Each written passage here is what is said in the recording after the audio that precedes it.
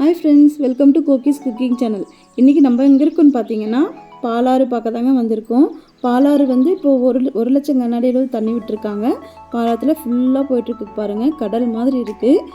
அது வந்து பார்க்கலாம் தாங்க வந்தோம். நம்ம சேனல்ல ஆல்ரெடி வந்து வானியம்படி பாலாறு வீடியோ போட்டிருக்கேன். பார்க்காதவங்க டிஸ்கிரிப்ஷன்ல லிங்க் தரேன் பாருங்க. இப்போ இந்த வீடியோவை நீங்களும் பார்த்து என்ஜாய் பண்ணுங்க. பாலாத்துல எவ்வளவு தண்ணி போயிட்டு இருக்கு பாருங்க.